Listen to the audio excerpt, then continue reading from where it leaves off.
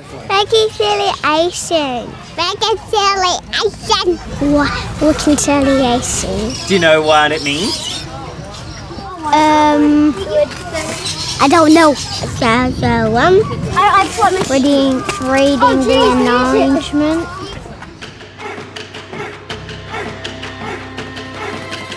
Reconciliation means to me is about the wider community, the non-Aboriginal community and the Aboriginal community walking together, understanding each other and sharing both of our cultures. For me is about coming together to celebrate Indigenous art, history, culture and storytelling. Aboriginal Australians continue the world's oldest living culture, and there's so much for us to learn from our First Nations people. The first step there is acknowledging, what happened in the past. Now, we are the beneficiaries of this land. Until we recognise that and then start to change, we're never going to get anywhere. There's a lot of inequity there and a lot of things that need to be made good. So reconciliation for me is about working hard with all the community to try and fix what we haven't done well in the past. Once we've got that mutual understanding, that education, it gives us an opportunity to stand in each other's shoes, creating a place where everybody feels safe and comfortable. We all have challenges as individuals and as families, but those that are in positions of influence, like local government, can make lives better for those that are less fortunate and less engaged. Well, I think if people see that the City of Greater Bendigo is taking a lead, maybe that they will start following suit as well. So we've built some really strong partnerships with the Aboriginal community, Dja Dja Wurrung, Taungurung, Torres Strait Islander people. So we're working really well with them to make sure that we understand what reconciliation means for them and what we can put in place to help bridge that gap. But we want a partnership with the community as well, because they live here and they belong here as well as we do, and we want to share our culture as well as learn from them as well. Reconciliation is something that can be engaged with in all roles within council.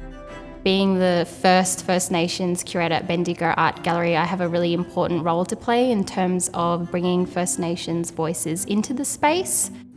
It's been really great to see that my role has helped enable non-Indigenous people that I work with really learn about Indigenous culture and art. It's been a really rich and rewarding experience to work with the Dja Dja Wurrung and the Reimagine Bendigo Creek project. The way that they look and tell the stories about the creek and what it means to them, it's just so powerful.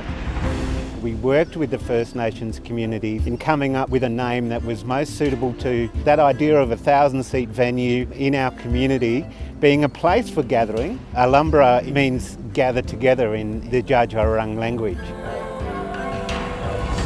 It opened up doors for us to continue to be collaborative with them, and one of those collaborations is the scarred trees that you see behind us. We worked very closely to reinstate those trees from that space into this space to allow for interpretation and understanding of our First Nations culture. Treehouse room says there's no cast because they're in the country. We promise to respect our land. For the people and elders, we care every day for the plants, water, and the people of Dja Dja Wurrung country. We do our acknowledgement to country as a ritual every day and trying to introduce, a lot of Indigenous perspectives in curriculum, having those really hard conversations with them about the truth of our history, giving them that time to absorb what we're trying to work towards. Along the journey, I made a few mistakes, quite some bad mistakes, and I offended people. And it was just because I didn't understand their perspective. Once you understand what you did wrong, you can start to learn and improve how you approach relationships with Aboriginal communities. I think people might be a little bit intimidated or not really know where to start, but my advice would be to don't be afraid to ask questions, show up at First Nations events, come along to First Nations exhibitions.